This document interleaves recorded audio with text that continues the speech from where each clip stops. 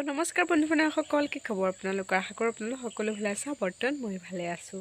মই কাজল কলিতা আপোনালোক সকলোকে পুনৰবাৰ মোৰ অন্য এটি ভিডিঅ'লৈ স্বাগতম জনাইছোঁ।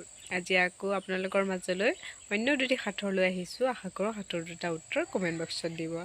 তেন্তে ব'লক আজি সাঁথৰ দুটালৈ যাওঁ, আৰম্ভ কৰোঁ। বাকী আজি প্ৰথম সাঁথৰটি হৈছে, আপোনাৰ এনে এটা বস্তু আছে যিটো আপোনাতকৈ বেলেগহে বেছি ব্যৱহাৰ কৰে। বস্তুটোৰ নাম কি হয় কমেণ্ট কৰি ক'ব।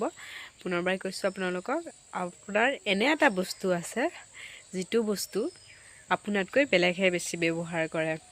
কি হয় জনাব। মই বাৰু স্ক্ৰীণত লিখি দিম সাঁথৰকেইটা। আৰু 2 নম্বৰ সাঁথৰটি হৈছে, কওকচোন সেইটো কি যিটো আপোনাৰ গাতে লাগি থাকে, দেখাও পায় কিন্তু চুবহে নোৱাৰে।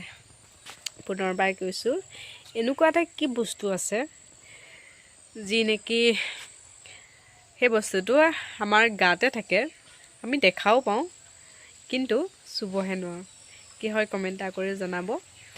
বাকী ভিডিঅ'টো ইমানতে সামৰোঁ, আৰু ভিডিঅ'টো চাই কেনেকুৱা পালে সেইটোও জনাবলৈ নাপাহৰিব। আৰু যদি ভাল পালে লাইক এটা কৰিব আৰু শ্বেয়াৰ কৰি দিব, তেতিয়া আগুৱাই যোৱাত সহায় হ'ব। আৰু শিকি আজিলৈ আহিছোঁ, তেন্তে সকলো ভালে থাকক।